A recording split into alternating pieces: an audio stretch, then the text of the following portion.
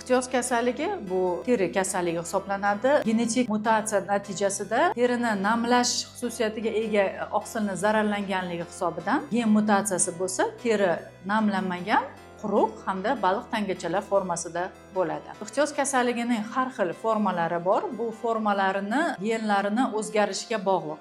Klinik belgilari o'shanga qarab har xil bo'ladi. Ixtiyoz kasalligini og'ir formalari bu homila ixtiyozi. Ultratovush shifokori buni aniqlash imkoniyatiga ega.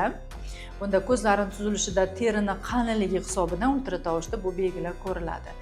Eng xavfli bo'lganligi uchun bunda bolada yashash imkoniyati juda ham kam bo'ladi.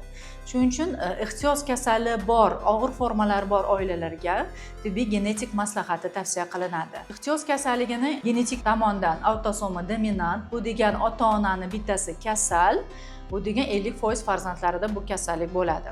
Avtosomi resessiv bu ota-ona tashuvchi, lekin bularda kasallik belgilari namoyon bo'lmaydi.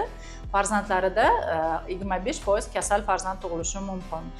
Hamda X xromosomasi bilan bog'liq ixtiyoz formasi, bunda faqatgina o'g'il bolalar kasal bo'ladi, chunki otada XY xromosoma bo'lgani uchun zararlangan X xromosoma hisobidan klinik belgilar namoyon bo'ladi. Agar sizda shunaqa holatlar bo'ladigan bo'lsa, bizni laboratoriyamizga murojaat qilishingiz mumkin. Hamda genetik shifokor yo'llanmasi asosida siz keyingi farzandlaringizda sog'lom farzand olish imkoniyatingizga egasiz.